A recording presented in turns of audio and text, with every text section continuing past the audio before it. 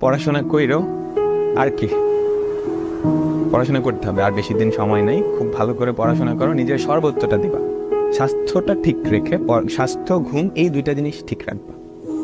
আর যে যে ধর্মেরই হোক না কেন, ইবাদতটা ঠিক মতো রেখে বাকি সময়টুকু একদম ঘুমায় পড়াশোনা করো। অন্য কিচ্ছু টাইম নেই, কিচ্ছু টাইম নেই, অন্য কিচ্ছু না। ফেসবুক স্ক্রল, বন্ধুদের সাথে আড্ডাবাজি, কোনো টাইম নেই।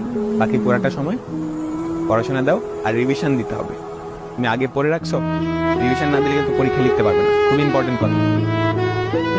নিজের সর্বোচ্চটা দাও, বাকিটুকু আল্লাহর উপরে। নিজের কোনো ঘাটতি কমতে রাখো। এমন এরকম ভাবে পড়ো যে পরে আফসোস না হয়, ইস আরেকটু যদি করতাম, ইস আরেকটু টাইমটা যদি ইউটিলাইজ করতাম, এই আফসোসটা যাতে না। ঠিক আছে, আগে যা হয়েছে ভুলে যাও। লাস্টের কয়টা দিন আছে, এই কয়টা দিন যতটা সম্ভব সর্বোচ্চটা দাও। খুব ভালো কিছু একটা।